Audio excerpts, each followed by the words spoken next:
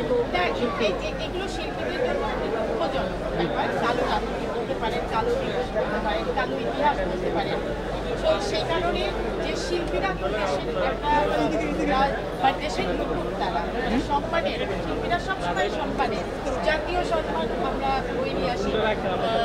সারা বিশ্বে আমরা country represent করি, বাংলাদেশকে রিপ্রেজেন্ট করি, বাংলাদেশকে পরিচিত করি আমাদের গানের মাধ্যমে, আমাদের সংস্কৃতির মাধ্যমে। যখন এই সংস্কৃতি এরা কিন্তু দল মতের মধ্যে সবসময়, আর রাজনীতি করাটা এটা কারো এটা হচ্ছে একটা fundamental rights, anybody can do politics, সেটা হচ্ছে তার ব্যক্তিগত।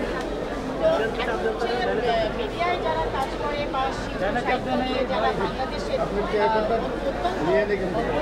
বা দায়িত্বশীল, তারা কিন্তু বাংলাদেশকে রিপ্রেজেন্ট করে সারা বিশ্বের কাছে। আমিও সেই দায়িত্বে সেই দায়িত্ব নিয়ে সবাইকে আমার ভালোবাসা, আমার জন্য দোয়া করবেন। এসেছি আমি আপনাদের সাথেই পথ চলবো এক লাইনের একটা গান, হ্যাঁ এইটুকু বলেই শেষ করতে চাই।